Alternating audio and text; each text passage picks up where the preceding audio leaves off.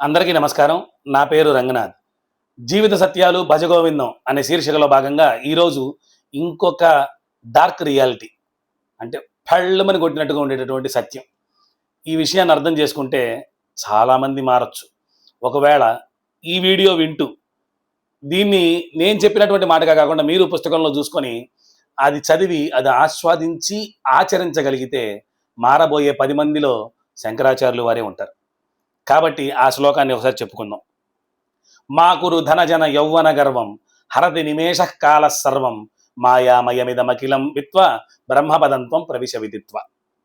ఇందులో విషయం ఏంటంటే మాకురు ఫస్ట్ మాటే చెయ్యొద్దు, ఇలా నువ్వు చెయ్యొద్దు. ఏం చెయ్యొద్దు? ధన జన యౌవన గర్వం. ధనం ఉందని, నా చుట్టూ పరివారం ఉందని, నాకు మంచి యవ్వనం ఉందని గర్వించకు. ఎందుకు గర్వించకు?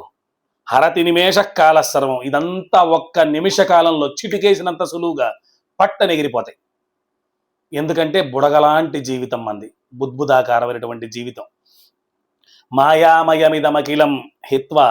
ఈ మాయామయమైనటువంటి జగత్తులో ఉండేటటువంటి ఈ మాయలన్నింటినీ తెలుసుకున్నటువంటి నువ్వు మంచిగా ఉంటూ బ్రహ్మపదంత్వం ప్రవిశ విదిత్వ. బ్రహ్మపదం ఎటుందో ఆ వైపు దారిని ఎతుక్కుంటూ వెళ్ళే ప్రయత్నం చెయ్యి. ఇంకా నా చుట్టూ పరివారం ఉంది, నేనేం మాట్లాడినా చప్పట్లు కొట్టేవాళ్ళు ఉన్నారు, నేను మంచి చెప్పానని చెప్పి నా మూలంగా బాగుపడ్డ వాళ్ళు ఉన్నారు అని ఆ జనాన్ని చూసుకోను. నేను సంపాదించిన సంపాదన వస్తు రూపంలో, స్థల రూపంలో, లేకపోతే డబ్బు రూపంలో ఇంట్లో మూలుగుతుందని వాటిని చూసుకుంటూనో, పరివారాన్ని చూసుకుంటూనో ఇంకా ఎన్నాళ్ళు అలాగే ఉండిపోతావు. అవంతా అసత్యాలు. బుద్బుదాకారమైనటువంటి ఆ రూపాలని చూసుకుంటూ నువ్వు ఇలాగే బతకగలిగితే, ఈరోజు పడుకొని రేపు లేవగలుగుతున్నావన్న విషయంలో నీకే క్లారిటీ లేకపోతే మరి బ్రహ్మపదానికి దారి ఎప్పుడు ఓపెన్ అవుతుంది? అలా ఓపెన్ చేసుకోవాల్సిన తాళం నీ దగ్గరే ఉంది. ఏంటా తాళం? భజ గోవిందం భజ గోవిందం గోవిందం భజ మూఢమతే సంప్రాప్తే సన్నిహితే కాలే నహి నహి రక్షతి దుఃఖృంకరణి.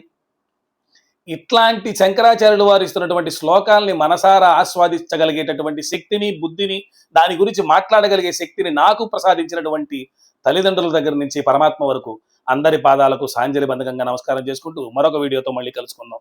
నమస్కారం.